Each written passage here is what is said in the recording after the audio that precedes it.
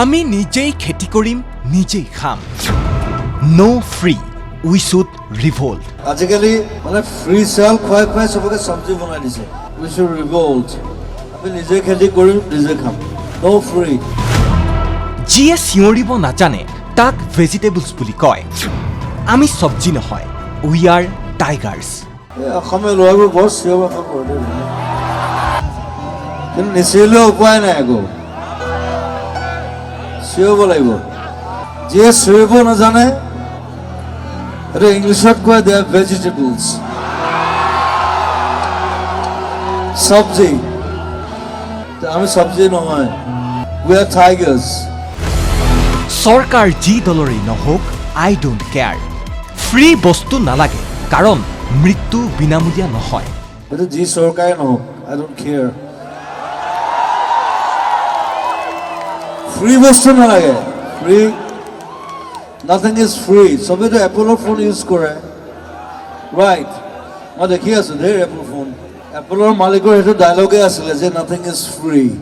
তাত মই এটা ডাইলগ লগাই দিছিলোঁ নট ইভেন ইয়'ৰ ডেথ আজিকালি মানুহ মৰিলে বেছি খৰচ হয় বেছিভাগ পলিটিচিয়ানে মোৰ ভাষা বুজি নাপায় মোক বুজি পাব লাগিব nothing is free Nothing is free. Right. You should understand me. Like, I speak a different language. And muk bahut besibag politician hong buzi na pai because they doesn't understand me. It's like, because I talk very leftist and but nothing is free. Zubeen Garg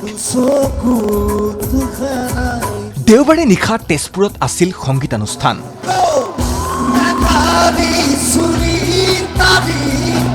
স্বভাৱসুলভভাৱে হাজাৰ হাজাৰ অনুৰাগীৰ সন্মুখত জুবিনৰ কথা আৰু গান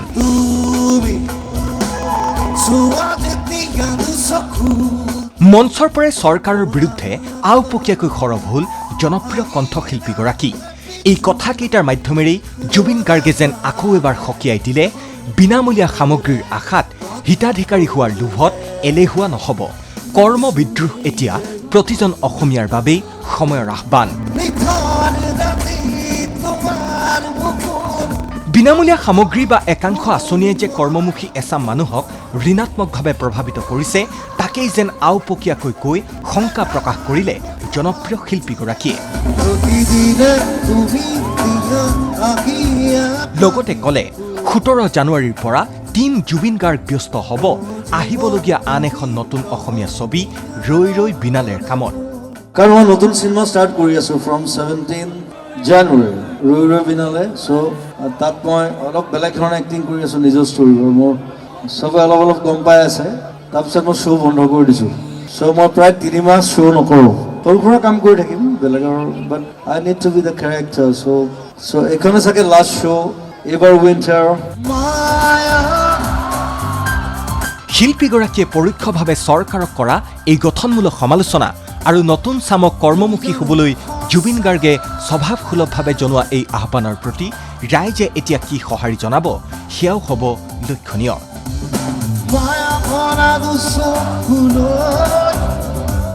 তেজপুৰৰ পৰা সংগীতা দেৱীৰ ৰিপৰ্ট ND24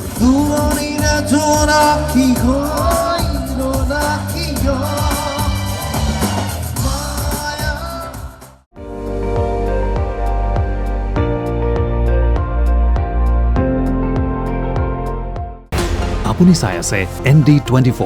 সৰ্বশ্ৰেষ্ঠ নহয় সৰ্বোত্তমৰ দৌৰত